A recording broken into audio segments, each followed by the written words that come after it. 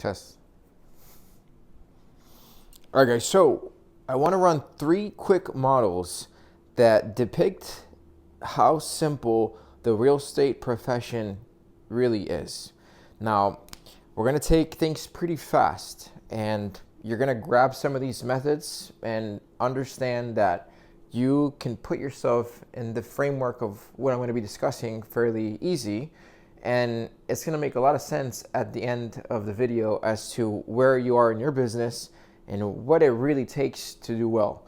So we have the skill sets of an agent are divided into 3 sections. I know this is backwards, it's inverted, it's fine. One is the ability for an agent to lead gen. The second, the ability for an agent to follow up. And third is the ability of an agent to convert.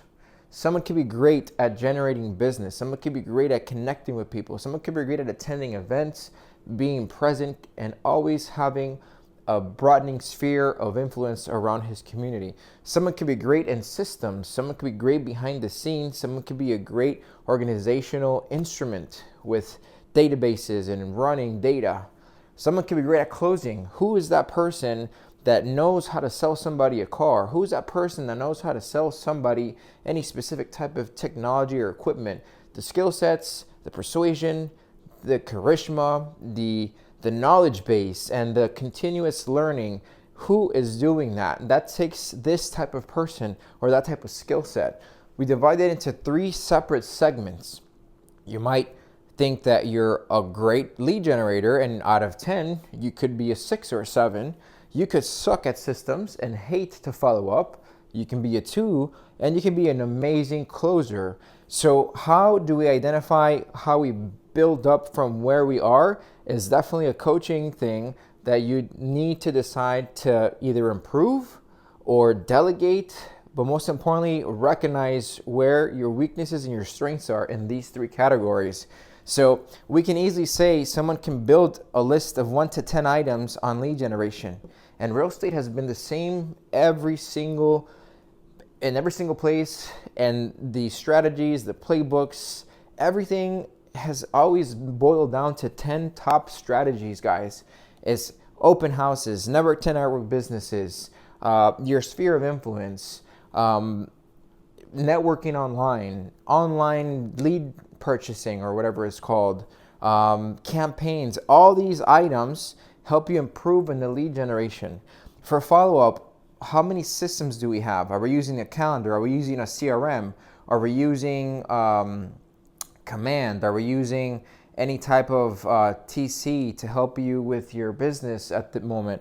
Are you leveraging an assistant to help you stay organized and stay on top of your systems? If you are weak at this, hire, leverage, understand you need to implement things for that category of your skill set.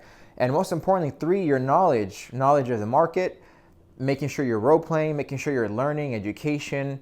So many changes in real estate, and you need to stay on top of things to make sure that you're sharp when you're delivering information that a consumer needs to know.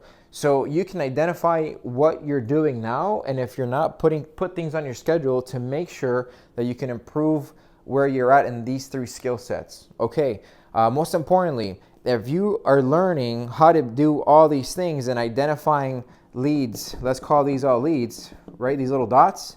These systems and these strategies on follow-up help you identify when these leads come to this point, when they're transactional.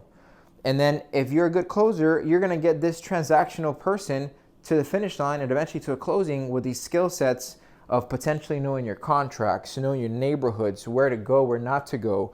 All the strategies on closing and being able to get a transactional person to the finish line is what you need to identify.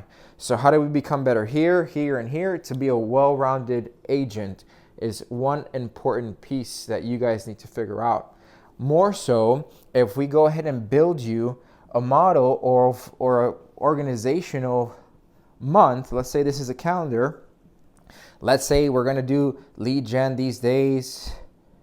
Let's say we're going to work on follow-up these days. Let's say we're going to work on closing and showing homes, or education, training,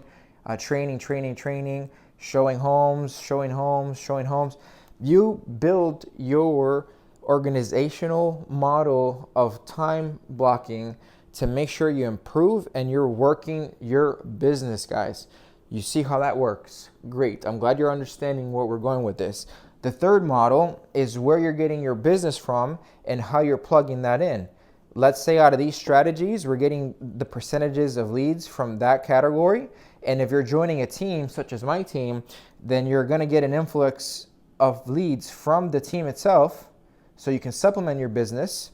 And you're telling me you want X amount of transactions per year. Well, some are coming from here, some from here, some from here. We can measure that. We can apply the lead gen strategies that we know when we're going to do them. We stay accountable to this. And we also supplement with a team that generates us leads. And if we stay on top of this, we are working a real estate business. You see how this all works? You can be at 1 out of 10 in each. We can teach you how to build from that. You can be a messy person. There's ways to get organized. And the model works for those who plug in. So I hope this video helped describing real estate in 3 simple models. See you guys in the next one.